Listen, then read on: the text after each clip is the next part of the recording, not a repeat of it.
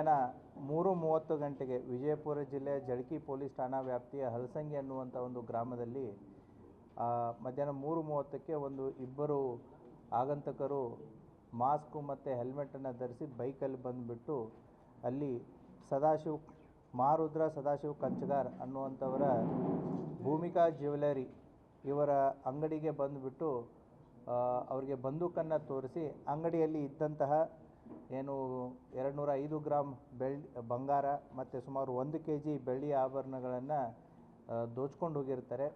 ಆ ಸಂದರ್ಭದಲ್ಲಿ ಆ ಹಲಸಂಗಿ ಊರಿನಲ್ಲಿದ್ದಂಥ ಹೊರಗಡೆ ಇದ್ದಂತಹ ಅಂಗಡಿಕಾರರಾಗಿರ್ಬೋದು, ಸಾರ್ವಜನಿಕರಾಗಿರ್ಬೋದು, ಅದನ್ನು ವಿಡಿಯೋ ರೆಕಾರ್ಡಿಂಗ್ ಮಾಡ್ತಿರ್ಬೇಕಾದ್ರೆ ಅಲ್ಲಿದ್ದಂತಹ ಒಬ್ಬ ಸಾರ್ವಜನಿಕರ ಕಾಲಿಗೂ ಕೂಡ ಅದರಲ್ಲಿದ್ದಂಥ ಒಬ್ಬ ಆರೋಪಿ ಗುಂಡನ್ನು ಕಾಲಿಗೆ ಹೊಡೆದು ಹೋಗಿರ್ತಾನೆ.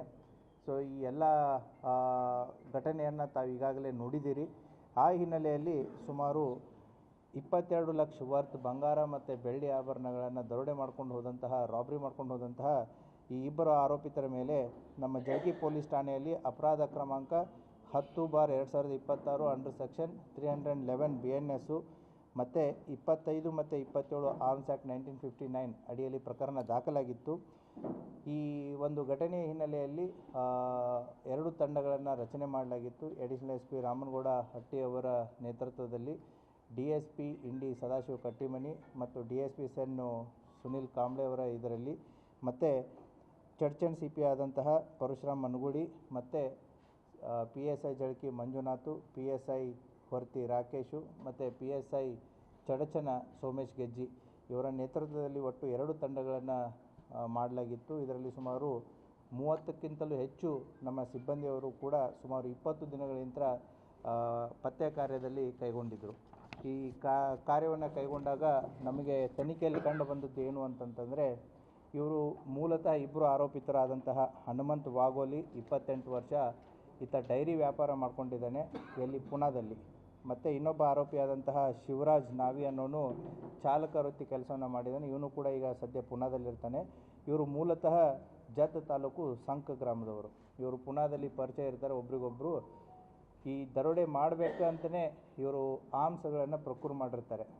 ಸೊ ಉತ್ತರ ಪ್ರದೇಶದ ಗೋರಖ್ಪುರಿಗೆ ಹೋಗಿಬಿಟ್ಟು ಪ್ರೊಕ್ಯೂರ್ ಮಾಡ್ಕೊಂಡು ಬಂದಿರ್ತಾರೆ. ಅವತ್ತಿನ ದಿನ ಆ್ಯಕ್ಚುಯಲ್ ಟಾರ್ಗೆಟ್ ಇದ್ದಿದ್ದು ಸೊಲಾಪುರದಲ್ಲಿ ಬೆಳಿಗ್ಗೆ ಪೂರ್ತಿ ಸರ್ವೆ ಮಾಡಿದ್ದಾರೆ. ಬಟ್ ಸೊಲಾಪುರದಲ್ಲಿ ಅವತ್ತು ಬಂಗಾರದ ಅಂಗಡಿಗಳು ರಶ್ ಇರೋದ್ರಿಂದ ಅಲ್ಲಿ ಅವರ ಮಾಡುವಂಥ ಒಂದು ಕಾರ್ಯ ಸಾಧು ಆಗಿಲ್ಲ. ಆ ಹಿನ್ನೆಲೆಯಲ್ಲಿ ಸೊಲಾಪುರ ನಮ್ಮ ಕರ್ನಾಟಕ ಬಾರ್ಡ್ರಿಗೆ ಭಾಳ ಹತ್ತಿರ ಇರೋದ್ರಿಂದ ಮತ್ತು ಅವರ ಊರು ಸಂಕ್ ಇರೋದ್ರಿಂದ ಅವರು ಹೋಗಬೇಕು ಅಂತಂದರೆ ನಮ್ಮ ಚಡಚನ್ ತಾಲೂಕು ಮೇಲೆ ಹಾಯ್ದು ಹೋಗಬೇಕು.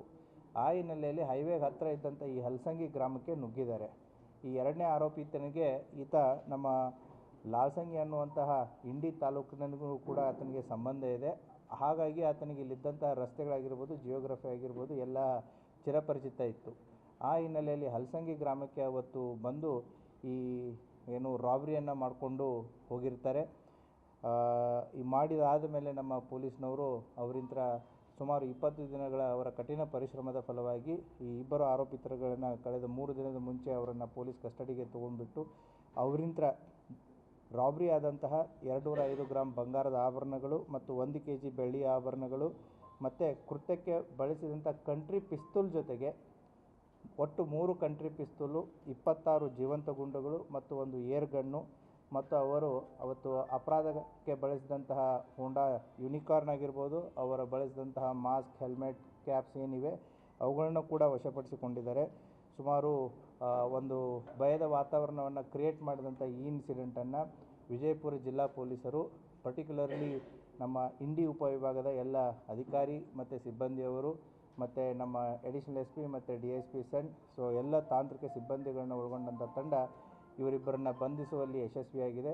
ಈಗಾಗಲೇ ಇವರಿಂದ ಸಂಪೂರ್ಣವಾದಂತಹ ಮಾಲನ್ನು ರಿಕವರಿ ಮಾಡಿ ಈಗಾಗಲೇ ನಿಮಗೆ ಡಿಸ್ಪ್ಲೇಯನ್ನು ಇಡಲಾಗಿದೆ. ಆದ್ದರಿಂದ ವೈಯಕ್ತಿಕವಾಗಿ ಮತ್ತು ಹಿರಿಯ ಅಧಿಕಾರಿಗಳ ಪರವಾಗಿ ತನಿಖಾ ತಂಡಕ್ಕೆ ನಾವು ಅವರಿಗೆ ಅಭಿನಂದನೆಯನ್ನು ಸಲ್ಲಿಸ್ತೀವಿ. Thank you.